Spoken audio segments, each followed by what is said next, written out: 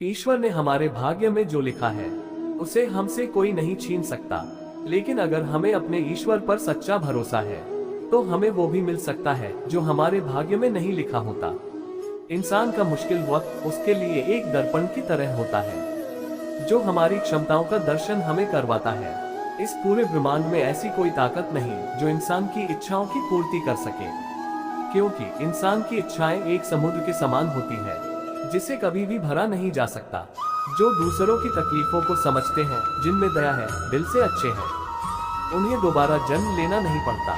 अगर कोई मनुष्य हमारे साथ बुरा कर रहा है तो उसे करने दो, यह उसका कर्म है और समय उसके कर्म का फल उसे जरूर देगा।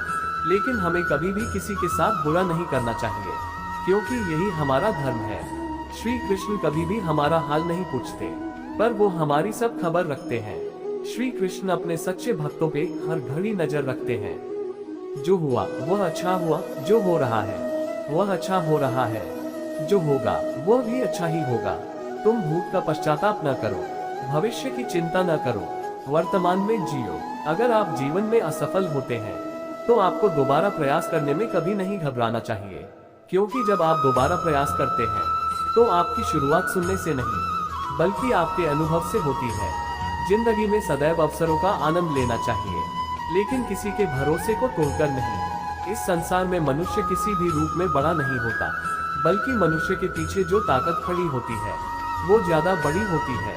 मनुष्य अपने सच्चे हृदय से जो दान दे सकता है वह अपने हाथों से नहीं दे सकता, और मौन रहकर हम जो कह सकते हैं वह हम अपने शब्दों से नहीं कह सकते। अंत काल में जो मनुष्य मेरा स्मरण करते हुए देह त्याग करता है वह मेरी शरण में आता है।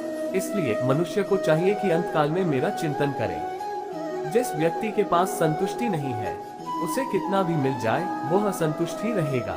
श्री कृष्ण जी कहते हैं, जिस व्यक्ति को आपकी कद्र नहीं उसके साथ खड़े रहने से अच्छा है आप अकेले रहे।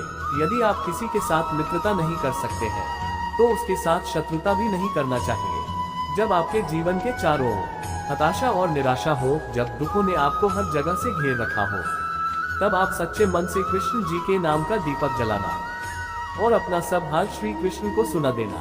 श्री कृष्ण स्वयं आपके सब दुख हरने आएंगे। तुम उसके लिए शोक करते हो जो शोक करने के योग्य नहीं है।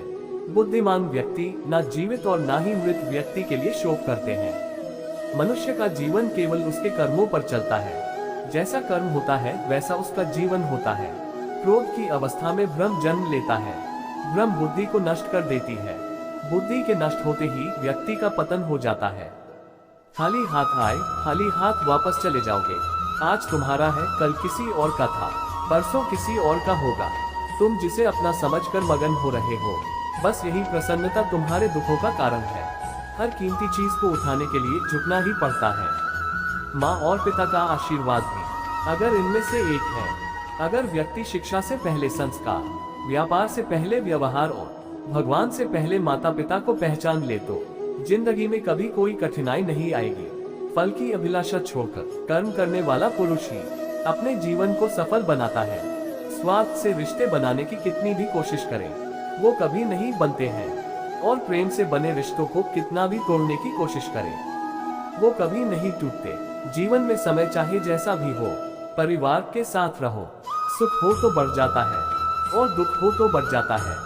जब आप प्रभु के साथ जुड़ जाओगे तो आपकी परीक्षा आरंभ हो जाएगी। कुछ लोग इसे दुख समझते हैं तो कुछ लोग प्रभु की कृपा। बुरे कर्म करने नहीं पड़ते, हो जाते हैं, और अच्छे कर्म होते नहीं, करने पड़ते हैं। अहंकार मत कर किसी को कुछ भी देकर, क्या पता तू दे रहा है या पिछले जन्म का कर्जा चुका रहा है। प्रेम और आस्था दोनों पर किसी का जोर नहीं। ये मन जहाँ लग जाए वही ईश्वर नजर आता है। जीवन में आधे दुख इस कारण जन्म लेते हैं क्योंकि हमारी आशाएं बड़ी होती है। इन आशाओं का त्याग करके देखो, जीवन में सुख ही सुख है। वीडियो पसंद आया हो तो लाइक करें, चैनल पर नए हो तो सब्सक्राइब करें। धन्यवाद। जय श्री कृष्ण।